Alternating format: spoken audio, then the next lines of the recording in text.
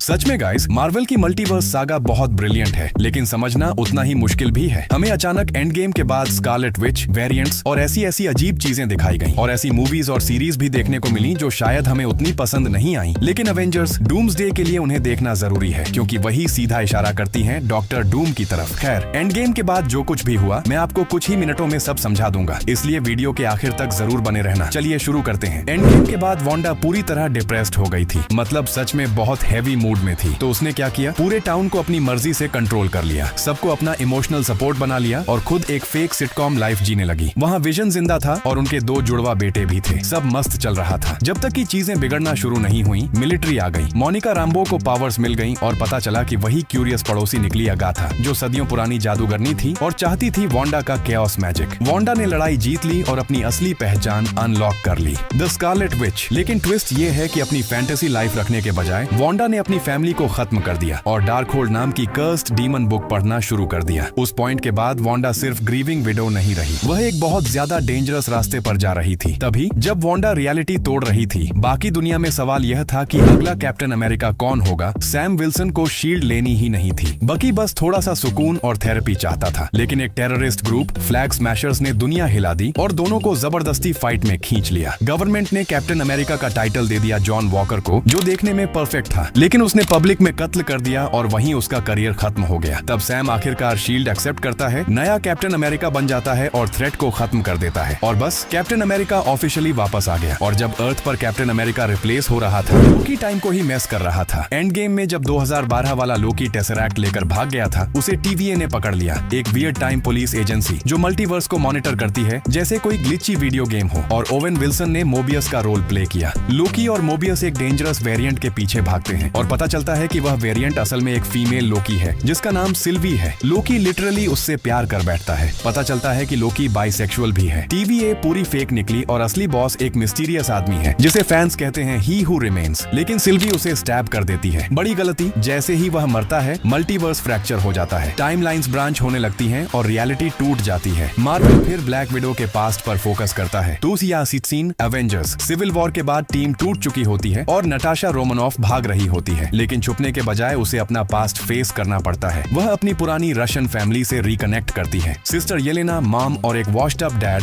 Red guardian. पूरे family reunion में full chaos होता है। फिर सब मिलकर डिसाइड करते हैं कि रेड रूम को तोड़ देना है, वह ब्रूटल प्रोग्राम जहां से सब ब्रेन वॉश्ड असैसिन्स बने थे। नटाशा टास्क मास्टर को भी बचाती है, जो एक और विक्टिम निकलता है। बस इसी मिशन के साथ नटाशा अपनी ओरिजिन स्टोरी को क्लोज करती है। इसके बाद वह इन्फिनिटी वॉर में ज्वाइन करती है और आखिर में एंड गेम में अपनी जान दे देती है। लेकिन कहानी यहीं खत्म नहीं होती। उसकी कब्र पर येलेना को वैलेंटीना मिलती है और उसे क्लिंट बार्टन की एक फोटो देती है। यही वही हॉकाई है और वैलेंटीना कहती है कि यही आदमी तुम्हारी बहन की मौत का जिम्मेदार है। और जब येलेना पूरी दुनिया में हॉकाई को ढूंढ रही थी, तभी एक नया हीरो एंट्री लेता है, action, martial arts, magic weapons और फुल ऑन फैमिली ड्रामा के साथ। नाम है शंग-ची, एक आम लड़का जो बन जाता है कुंग फू एजेंट। वह अपनी खोई हुई बहन से मिलता है और अपने सुपर पावरफुल लेकिन इमोशनली डैमेज्ड पिता वेनवू का सामना करता है। और हाँ, वेनवू एक क्रिमिनल एम्पायर चलाता है, द 10 रिंग्स। वेनवू को लगता है कि उसकी मरी हुई बीवी उसे एक मिथिकल छुपे हुए गांव से बुला रही है। वह उसे ढूंढने और वहां घुसने निकल पड़ता है, लेकिन शांग-ची, उसकी बहन और उनकी फ्रेंड केटी पहले ही उस गांव पहुंच जाते हैं और वहां पुराना कुंग फू मैजिक सीखते हैं। फाइनल शोडाउन होता है शांग-ची वर्सेस वेनवू। और जब वेनवू अंडरवर्ल्ड का गेट खोलता है तो एक इविल सोल ईटिंग ड्रैगन बाहर आ जाता है। वही ड्रैगन वेनवू को मार देता है। शांग-ची रिंग्स अपने हाथ में ले लेता है और उस ड्रैगन को हराकर दिन बचा लेता है। और जैसे ही तुम्हें लगता है कि कहानी खत्म हो गई है, वहीं एंट्री होती है इटर्नल्स वालों की, जहां हैरी स्टाइल्स ईरोस बनकर आता है, जो थैनोस का भाई है। कुछ समझ में आए उससे पहले ही एक कॉस्मिक गॉड आदि टीम को उठाकर स्पेस में ले जाता है और बोलता है, you messed with my plans. और बस फिर कभी उनके बारे में सुनाई ही नहीं दिया। और जब अर्थ लिटरली एक जायंट स्पेस गॉड के पैदा होने से बच गई थी, मार्वल ने कहा, ठीक है, अब जरा एक नॉर्मल इंसान पर फोकस करते हैं, जिसके पास सिर्फ बो और एरो है और जो बस क्रिसमस एंजॉय करना चाहता है। और एंट्री होती है हॉकाई की। इस शो में क्लिंट मुकाबला करता है मॉबस्टर से, एक फैन गर्ल से मिलता है और अपने ट्रॉमा से कभी आजाद नहीं हो पाता। क्रिसमस है, लेकिन फैमिली के साथ टाइम बिताने की जगह क्लिंट एक अमीर फैन गर्ल के साथ टीम अप करता है। नाम है केट बिशप। वह क्लिंट की सबसे बड़ी फैन है और बोलने में भी एक्सपर्ट। हम देखते हैं कि दोनों फंस जाते हैं एक मेस में, जहां आती है ट्रैक सूट माफिया माया लोपेज और एक मास्टर असैसिन, जो असल में निकलती है नटाशा की बहन येलेना। अभी भी अपनी बहन की मौत से गुस्से में है। येलेना क्लिंट को मारना चाहती है। केट चाहती होती है कि वह क्लिंट की साइड किक बने। क्लिंट बस घर जाना चाहता है, लेकिन हालात खराब होते जाते हैं। केट और येलेना लड़ती हैं, फिर दोस्ती करती हैं और अजीब तरीके से बेस्टीज बन जाती हैं। और तभी एंट्री होती है किंग पिन की। हवाई शर्ट पहने लोगों को दीवारों में ऐसे फेंकता है जैसे टिश्यू पेपर। माया को समझ आ जाता है कि वही उसे मैनिपुलेट कर रहा था और वह उसे ऑफ स्क्रीन गोली मार देती है। क्योंकि मार्वल को मिस्ट्री रखना बहुत पसंद है, एंड में क्लिंट और येलेना आखिरकार सुलह कर लेते हैं और क्रिसमस थोड़ा कम ट्रॉमेटिक हो जाता है। केट आखिर साबित कर देती है कि वह वर्दी है और क्लिंट ऑफिशियली हॉकाई का नाम उसे दे देता है। और हाँ, बंदा आखिरकार क्रिसमस पर घर भी पहुंच जाता है। बस कोक सर्व करते हुए चिल करता है। लेकिन जब क्लिंट सुकून एंजॉय कर रहा होता है, तभी पीटर पार्कर की जिंदगी बिल्कुल उलट जाती है। मिस्टीरियो उसकी आइडेंटिटी एक्सपोज कर देता है और अब पीटर एक चलती फिरती कंट्रोवर्सी बन चुका है। MIT उसे रिजेक्ट कर देता है, मीडिया चैन से जीने नहीं देती और उसके फ्रेंड्स भी उसकी वजह से परेशान हो रहे होते हैं। तो पीटर एक ही काम करता है, डॉक्टर स्ट्रेंज के पास जाता है। आइडिया सिंपल था, एक ऐसा स्पेल जो सबको भुला दे कि पीटर स्पाइडरमैन है। लेकिन रिजल्ट में मल्टीवर्स पूरा क्रैक हो जाता है और दूसरी रियलिटीज के विलेंस एंट्री मार लेते हैं। Doctor Octopus, Green Goblin, Electro, Sandman. Peter इन सबको बचाने की कोशिश करता है, उन्हें क्यूर करने की भी, लेकिन फिर ग्रीन गॉब्लिन वॉर करता है और आंट मे की मौत हो जाती है। सब कुछ खत्म सा लगने लगता है। तभी दो फेमिलियर स्पाइडरमैन स्विंग करते हुए आते हैं, टोबी मैगवायर, एंड्रू गारफील्ड। तीनों स्पाइडरमैन एक साथ विलेंस का सामना करते हैं। एक एपिक शोडाउन में दिन बच जाता है, लेकिन कीमत बहुत भारी पड़ती है। पीटर स्ट्रेंज से कहता है, एक नया स्पेल डालो, इस बार सबको पीटर पार्कर भुला दो, स्पाइडरमैन नहीं। और बस अब कोई उसे याद नहीं करता, ना MJ, ना नेड, ना हैप्पी। पीटर अब टूटा हुआ है, अकेला है, एक छोटे से अपार्टमेंट में रहता है। लेकिन पहली बार वह सच में स्पाइडरमैन बन चुका है। और जब पीटर पार्कर ने खुद को सबकी यादों से डिलीट कर दिया, तो न्यूयॉर्क में थोड़ी शांति आ जाती है।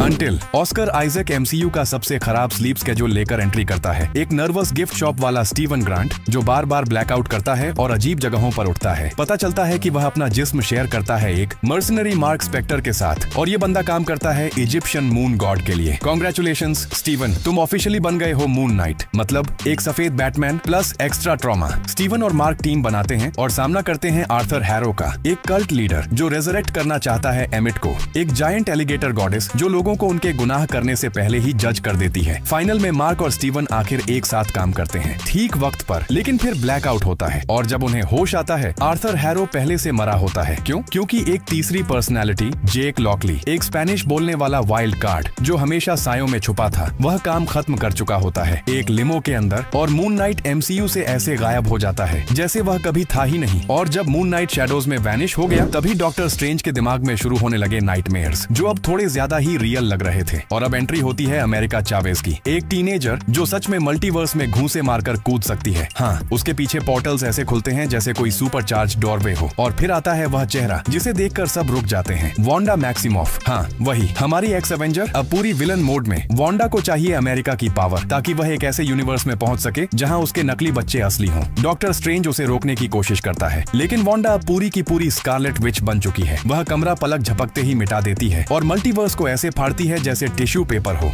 स्ट्रेंज और अमेरिका अलग अलग डायमेंशंस में घूमते हैं और एक जगह उनकी मुलाकात होती है एक अलग टीम से, illuminati, professor x Reed Richards और कैप्टन कार्टर जैसे बड़े बड़े हीरोज। और फिर क्या, वांडा उन सबको पलक झपकते ही खत्म कर देती है, जैसे कोई हॉरर फिल्म लाइव चल रही हो। एंड गेम के बाद पहली बार लगा कि अब सच में एक खतरनाक विलन आ गया है। मजबूरी में स्ट्रेंज डार्क होल्ड का इस्तेमाल करता है और अपने ही एक डेड वर्जन को पजेस कर लेता है। हाँ, ज़ॉम्बी स्ट्रेंज सच में होता है। अमेरिका की मदद से वह वांडा को सच दिखाता है। उसके बच्चे उससे डरते हैं, प्यार नहीं करते, दिल टूट जाता है और वांडा माउंट वुंडागोर को गिरा देती है। लगता है उसने खुद को भी खत्म कर दिया। लेकिन स्ट्रेंज की कहानी यही नहीं रुकती, वह चलता है एक हीरो की तरह। और तभी उसके माथे पर एक थर्ड आई खुल जाती है। मल्टीवर्स अब सच में खुल चुका है। ये तो बस शुरुआत थी। जब डॉक्टर स्ट्रेंज अपनी तीसरी आंख से लड़ रहा होता है, तभी एक नॉर्मल हाई स्कूल लड़की अपनी लाइफ एवेंजर्स के पोस्टर्स देखकर एंजॉय कर रही होती है। कमला खान, कैप्टन मार्वल की सबसे बड़ी फैन, जर्सी सिटी की नई हीरो। और फिर एक बड़ा ट्विस्ट, उसका दोस्त ब्रूनो बताता है कि कमला सिर्फ एलियन टेक से पावर्ड नहीं है, उसकी जीन्स में कुछ अलग है। और बस एम वर्ड आखिर MCU में घुस जाता है। म्यूटेंट्स कंफर्म्ड भाई। लेकिन जब कमला खान अपनी पावर्स और म्यूटेंट वाली सच्चाई को समझने की कोशिश कर रही होती है, तभी उसी वक्त स्पेस में एक और हीरो अपनी खुद की आइडेंटिटी क्राइसिस से गुजर रहा होता है। मिलिए थॉर से, जिसके पास ABS भी हैं, जोक्स भी, लेकिन दिल के अंदर वह अब भी अकेला स्पेस वाइकिंग है जो सिर्फ अपना मकसद ढूंढ रहा है। सब कुछ नॉर्मल चल रहा था जब तक एक क्रीपी कैरेक्टर की एंट्री नहीं होती। गॉर, गॉड बुचर, नाम ही काफी है। यह इंसान गैलेक्सीज में मौजूद गॉड्स को ऐसे काटने लगता है जैसे चिकन विंग्स। थॉर वापस अर्थ पर आता है और सबसे बड़ा झटका लगता है जब उसकी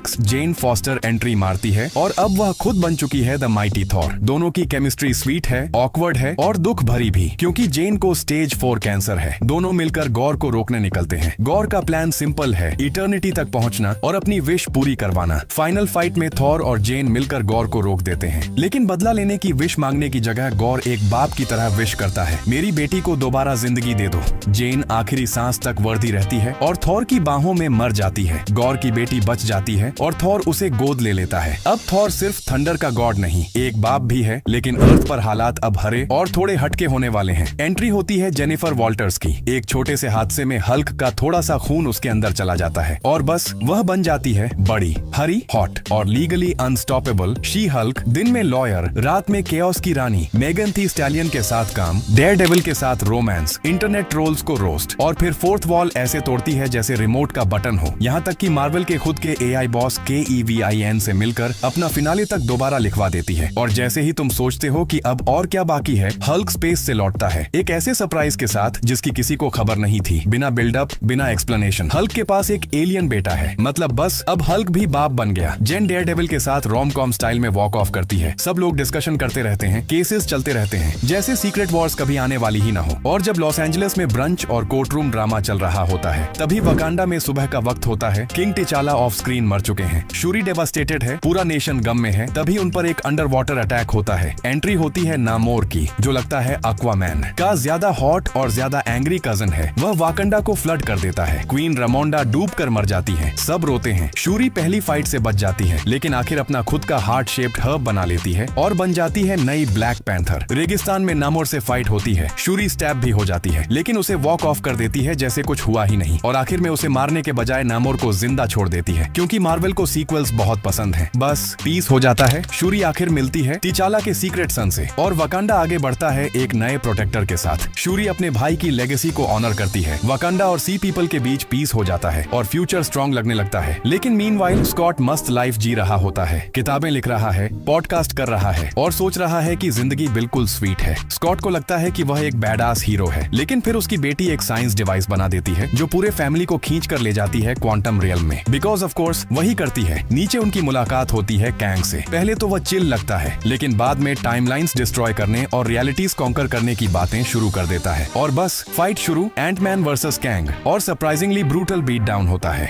एंड में कैंग एक ग्लोविंग इंजन के अंदर फंस जाता है। फैमिली एस्केप कर जाती है। सब मुस्कुरा रहे होते हैं। जिंदगी फिर से नॉर्मल लगती है, लेकिन स्कॉट के अंदर पैरानोया शुरू हो जाती है। क्या कैंग अब भी बाहर है? और बस वह खराब बर्थडे केक खाता है और खामोशी से ओवरथिंक करता रहता है। मीनवाइल गैलेक्सी के एक कोने में पीटर क्विल अब भी उदास है, क्योंकि उसकी गर्लफ्रेंड गमोरा अब उसे याद ही नहीं करती। पीटर अब भी उसके लिए बहुत स्ट्रगल कर रहा होता है। ड्रामा तब बढ़ता है जब रॉकेट ऑलमोस्ट मरने वाला होता है। गार्डियंस उसे बचाने के लिए हाई एवोल्यूशनरी के पास पहुंचते हैं, एक क्रीपी साइंटिस्ट जिसने रॉकेट को बनाया था। और यहीं से शुरू होता है ट्रॉमा। रॉकेट की heart breaking back story reveal होती है। उसके एनिमल फ्रेंड्स की मौत होती है और सब रियलाइज करते हैं कि रॉकेट ही टीम का इमोशनल कोर था। रॉकेट ऑलमोस्ट मर जाता है, पीटर ऑलमोस्ट मर जाता है, एडम वॉरलॉक भी आता है और वह भी ऑलमोस्ट मर जाता है। लेकिन गार्डियन स्टाइल में सब बच जाते हैं। विलन डिफीट हो जाता है, दिन बच जाता है और फिर आती है दर्द भरी गुड बाय। पीटर वापस अर्थ चला जाता है अपने ग्रैंडपा के साथ नॉर्मल लाइफ जीने। मैंटिस सोलो निकल जाती है, ड्रैक्स बन जाता है एक डैड, नेबुला लीडर बन जाती है और रॉकेट एक नई गार्डियंस स्क्वाड लीड करता है, जिसमें एक टेलीकिनेटिक डॉग और एक छोटा ग्रूट भी होता है। टीम अलग हो जाती है, लेकिन अर्थ पर चीजें फिर से वियर्ड होने लगती हैं। निक फ्यूरी फाइनली MCU में वापस आता है, सालों तक गायब रहने के बाद। Problem, shape shifting squirrels secretly लोगों की जगह ले रहे थे और अब पूरा प्लेनेट लेना चाहते हैं। क्लासिक एलियन ड्रामा शुरू। निक फ्यूरी अपनी सीक्रेट स्क्रल वाइफ से मिलता है। हाँ भाई, वह बंदा एक एलियन से शादी करके चुप बैठा था। उसके साथ टीम अप करती है एमिलिया क्लार्क, जो टालोस की बेटी है और लग रही होती है जैसे 4 अलग अलग शोज एक साथ करके आई हो। और विलन कौन? ग्रविक, एक स्क्रल जो सबकी पावर्स ले लेता है और हल्क से भी ज्यादा पावरफुल हो जाता है। ट्विस्ट, एमिलिया क्लार्क का कैरेक्टर भी एक सुपर स्क्रल बन जाता है। और फिर शुरू होती है मार्वल की सबसे अजीब final fight.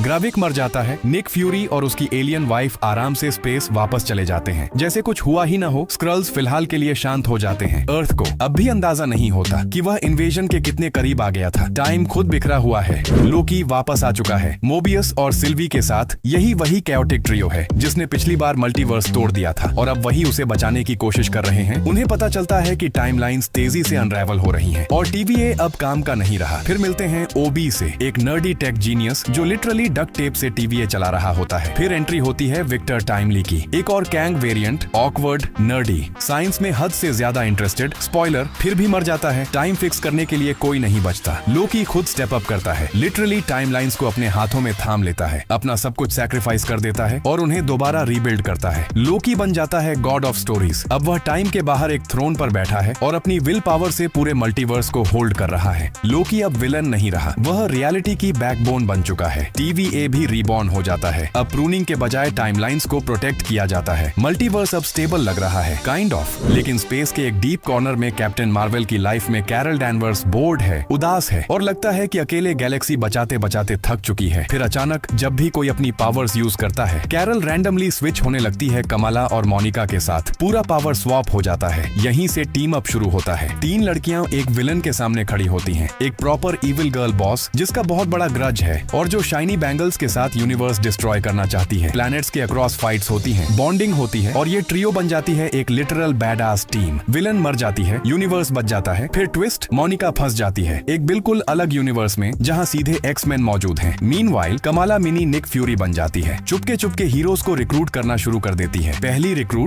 Recruit Kate Bishop. और रुक जाओ, डेडपूल अब सब कुछ तोड़ने आ रहा है। सिचुएशन ऐसी है कि कमला टीम बना रही है, मोनिका एक्स-मैन यूनिवर्स में फंस चुकी है, कैरल स्पेस वापस चली गई है और अर्थ पर एक और स्टोरी शुरू होती है। माया लोपेज अपने घर ओक्लाहोमा वापस लौट आती है। अब भी इस बात से हॉन्टेड है कि उसने किंगपिन के मुंह पर गोली मारी थी। स्पॉइलर अलर्ट, किंगपिन बच जाता है। माया बस एक चीज चाहती है, बदला नहीं। न किंगपिन का एम्पायर, न वह वियर्ड फादर डॉटर वाइब्स। लेकिन फिस्क ऑब्सेस्ड है। हॉस्पिटल से निकलते ही सीधा उसे ढूंढने चला जाता है और उसे दोबारा अपनी क्राइम फैमिली में खींचना चाहता है। माया अपनी नई मिस्टीरियस पावर्स को टैप करती है, इमोशंस, मेमोरीज, ट्रॉमा सब एक साथ। वह किंगपिन को उसका सबसे बड़ा डर दिखा देती है। किंगपिन पूरी तरह फ्रीक आउट हो जाता है। माया मोटरसाइकिल पर राइड करते हुए निकल जाती है, फ्री और अपनी जिंदगी पर फिर से कंट्रोल में। किंगपिन को क्राइम बॉस बनना बोरिंग लगने लगता है। तब वह सीधा न्यूयॉर्क का मेयर बनने की रेस में उतर जाता है, क्योंकि फिस्क के लिए कभी भी केओस इनफ नहीं होता। और जब न्यूयॉर्क का क्राइम सीन बदल रहा होता है, एक रेड और ब्लू सूट वाला हीरो दोबारा स्विंग करने वाला होता है। लेकिन उससे पहले रियलिटी खुद टूट रही होती है और उसे बचाने के लिए एक नहीं 2 सुपर हीरोज चाहिए। डेडपूल की फ्रेंचाइज खत्म, गर्लफ्रेंड छोड़कर जा चुकी है और अब टीवीए ने उसे अरेस्ट भी कर लिया। टर्न्स आउट एक bold evil girl, professor X की ट्विन सिस्टर, यूनिवर्स को डिस्ट्रॉय करना चाहती है और उसे रोकने के लिए अवेंजर्स नहीं, टीवीए नहीं, सिर्फ डेडपूल और एक वुल्वरीन। फिर दोनों भूल चुके हीरोज की एक स्क्वाड बनाते हैं और एक मल्टीवर्सल बैटल शुरू होती है। टाइमलाइन पर फुल बैटलफील्ड मोड चल रहा होता है। बॉल्ड गर्ल मर जाती है और डेडपूल और वुल्वरीन अपनी नफरत थोड़ी सी साइड पर रख देते हैं। शायद थोड़ा सा प्यार भी आ जाता है। मल्टीवर्स में राइड करते हुए एक बड़ा सवाल रह जाता है, ये अब भी एमसीयू है या डीपीसीयू बन गया है? जो भी हो, सागा कंटिन्यू होती है। डेडपूल और वुल्वरीन के बाद मल्टीवर्स पहले से भी ज्यादा अनस्टेबल हो चुका है और इसी सब के बीच एक विच जागती है। एगाथा, वांडा का स्पेल अब भी उस पर है, लेकिन ज्यादा देर तक नहीं, क्योंकि एगाथा दोबारा एक बैड विच बनना चाहती है। वह मिलती है एक गे ईमो बॉय से और शॉकर, जो असल में वांडा का बेटा है, हाँ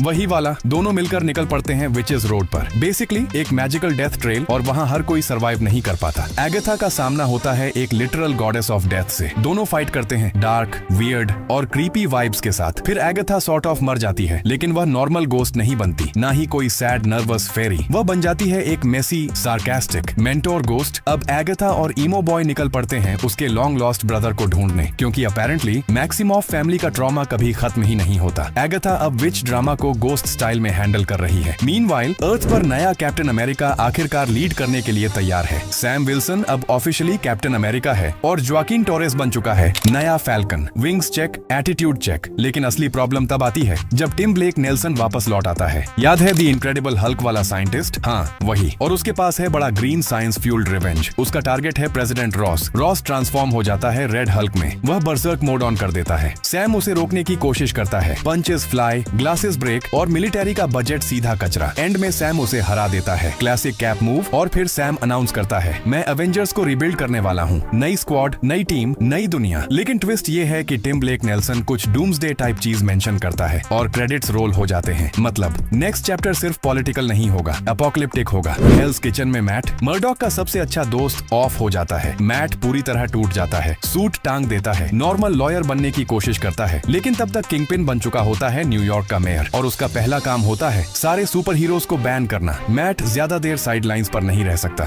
वह फिर से अपना हॉर्न पहनता है। The devil is back. उसका पहला मिशन होता है एक ट्विस्टेड सीरियल किलर को ढूंढना जो अपने विक्टिम्स को लिटरली पेंट करता है, डार्क, ब्रूटल और डिस्टर्बिंग। मैट जीत जाता है, किलर मर जाता है और फिर एंट्री होती है द पनिशर की। Still brutal, still ruthless. वह और मैट थोड़ी देर टीम अप करते हैं, लेकिन पनिशर कैप्चर हो जाता है। किंगपिन अपनी ग्रिप और भी टाइट कर लेता है। हीरोज अब फ्यूजिटिव्स बन चुके हैं, लेकिन मैट बिल्कुल नहीं हिलता। एक बार में अकेला घुस जाता है। Bloody knuckles battle worn whisky हाथ में, क्योंकि हेल्स किचन में अभी भी एक डेविल है और अभी उसकी कहानी शुरू हुई है। और फिर फैंटास्टिक फोर की कहानी शुरू होती है। मूवी एक ऑल्टरनेट 1960s टाइमलाइन से शुरू होती है। रीड रिचर्ड्स और सू स्टॉर्म अब एक बेबी एक्सपेक्ट कर रहे हैं और तभी एंट्री होती है गैलेक्टस की, प्लैनेट ईटिंग कॉस्मिक विलन। वह सीधे अर्थ पर आता है और फैंटास्टिक फोर के सामने अब तक का सबसे बड़ा थ्रेट बनकर खड़ा हो जाता है, उसका हेरल्ड सिल्वर सर्फर। इसी बीच जॉनी स्टॉर्म अभी भी अपना हॉट हेड एटीट्यूड नहीं छोड़ता और बेन ग्रिम बस सबको साथ रखने की कोशिश कर रहा होता है। फाइनल बैटल में सू स्टॉर्म अपनी शील्ड जनरेटिंग पावर्स का एक्सट्रीम यूज करती है। वह गैलेक्टस को टाइम्स स्क्वायर पोर्टल में फोर्स कर देती है। अपनी फैमिली और अर्थ को बचाते हुए अपनी लिमिट्स क्रॉस कर देती है। सू गिर जाती है और सब शॉक्ड रह जाते हैं। फिर एक इमोशनल मोमेंट आता है। रीड रिचर्ड्स अपना बेबी फ्रैंकलिन उसके सीने पर रखता है और फ्रैंकलिन की लेटेंट कॉस्मिक पावर्स सू को रिवाइव कर देती हैं। पोस्ट क्रेडिट सीन में सू अपने जीनियस बेटे फ्रैंकलिन के साथ बैठी बुक्स पढ़ रही होती है। वह एक और किताब लेने के लिए उठती है, लेकिन जैसे ही वापस आती है सू इंस्टेंटली अलर्ट हो जाती है, क्योंकि वह अकेली नहीं है। फ्रैंकलिन के सामने एक ग्रीन हुडेड आदमी खड़ा है, डॉक्टर डूम, और डूम बिल्कुल काम होकर फ्रैंकलिन से बात कर रहा होता है। Next chapter Thunderbolts. अब बारी आती है थंडरबोल्ट्स की। ये लोग रियल एवेंजर्स नहीं हैं और ये खुद भी यह बात जानते हैं। बस गवर्नमेंट इश्यू शेडी नॉकऑफ्स ट्रॉमा के साथ। लेकिन सब कुछ तब बदल जाता है जब उनकी मुलाकात होती है एक नए मॉन्स्टर से। मार्वल का अपना ट्विस्टेड होमलैंडर वर्जन, असल में एक डीमन डिस्गाइज में, जो लोगों को बैड ड्रीम्स दिखा रहा होता है। वैलेंटीना चाहती है उसे वेपनाइज करना, केओस को कंट्रोल करना, लेकिन येलेना कुछ और करती है। वह उसे हग करती है और एकदम से वह शांत हो जाता है। कुछ बदल जाता है और वहीं से थंडरबोल्ट्स को अपना पर्पस मिल जाता है। अब वे सिर्फ नॉकऑफ्स नहीं रहे, अब वे एक रियल, यूनिक और पावरफुल टीम बन चुके हैं। पोस्ट क्रेडिट सीन में थंडरबोल्ट्स की पूरी टीम आसमान की तरफ देखती है। एक शिप,